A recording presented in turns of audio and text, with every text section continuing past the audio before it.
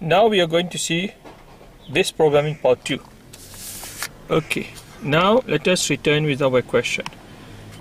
You remember I told you in part 1 that nitrogen monoxide reacts with oxygen to get nitrogen dioxide. The table is like that. So we have to find the order with respect to NO. So to find the order with respect to NO, let us try to keep oxygen constant.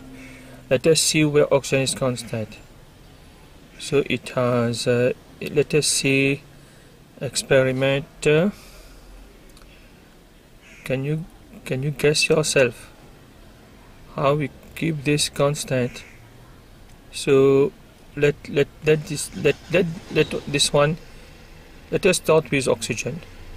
So oxygen, when you keep this constant,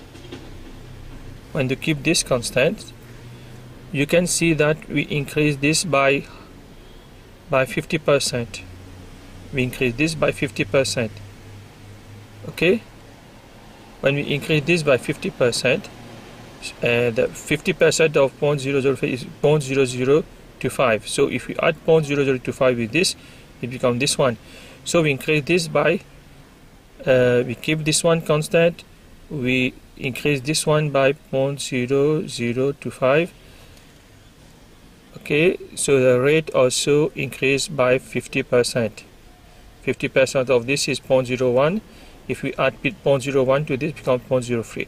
If we increase this by 50%, we increase this also by 50%. By keeping NO constant, we increase oxygen by 50%, we increase rate by 50%. So it is first order. With respect to oxygen, it is first order. Okay, now let us continue. Let's see this one. If we keep these two constant for oxygen, if we keep these two constant and we double this one, we keep these two constant, we double this one. Okay, if we want to find the rate with respect to NO, we keep oxygen constant. Oxygen constant, we double this. When we double this, the rate become 4 times. If the rate becomes 4 times, therefore it is increasing by 2 to the power of 2. So this becomes the order. 4 times is 2 to the power of 2. So this is the order. So the order with respect to NO is 2, with respect to oxygen is 1. Why with respect to oxygen is 1? Because when we keep oxygen, the NO constant, we increase oxygen by 50%, the rate also increases by 50%. Now why it is second order with respect to NO? Because when we keep oxygen constant, we double the concentration of NO, the rate also becomes 4 times. So when it is 4 times to 2 of 2, so 2 becomes here. Now the order with respect to NO is 2, with oxygen is 1, so we can construct the rate. The rate equation is equal to K concentration of NO here, concentration of 1 here. Okay, now you are asked to find the numerical value for this one, for K. Now let K become subject of formula in this. Okay, K here, we bring this to here, so we take a value of rate. Value of rate 0.02. So we take 0.02 the rate, and we replace NO by these values in this equation. So we are going to get K, this value. Now for the unit, we just replace order. The rate, the unit of rate is mole per dm cube per second. It is written here, mole per dm cube. So here you have mole per dm cube per square. We double the unit also because here it is double. We put this here, this cancel, we put that up, it becomes mole per square. Okay, this is very important. Now let us see the last part.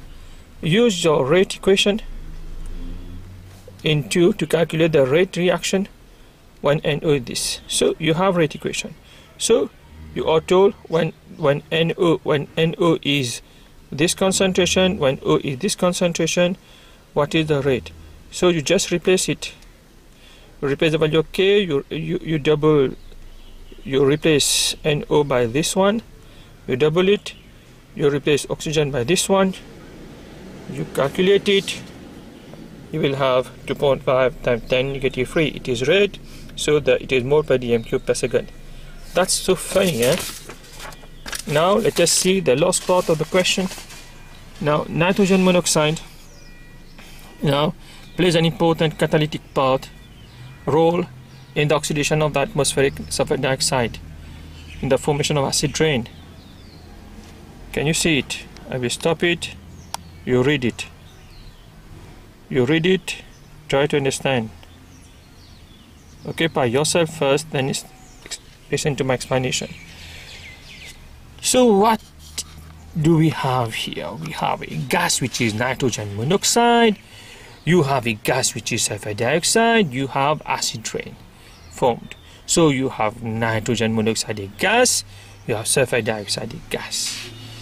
So it is a catalysis process. So it is a homogeneous. Why homogeneous? Because nitrogen monoxide is catalyzing the formation of acid rain. It is the same. It is in same physical state than sulfur dioxide, gaseous. So it is homogeneous, same phase. If one is solid, one is liquid, one is gas, one is solid, it is heterogeneous. So if all reactants and catalysts are the same phase, so they are homogeneous. Let us see how it is a catalyst. A catalyst now, it is not used in the reaction, so it is regenerated. So let us see this. Nitrogen oxide. Where we get nitrogen oxide in the atmosphere? It is from exhaust fumes, from pollution, right? Exhaust fumes from vehicles. Now it has NO plus half O2 give NO2. That you add to SO2, you will get SO3 plus NO. Now you can see that the NO is regenerated, so it is a catalyst. Okay, it can be reused again. Therefore, in pollutant, a small amount of NO can be disastrous. Now the sulfur trioxide now will react with water in the rain to form sulfuric acid, which is the acid rain. So we had fun. Enjoy it. Bye.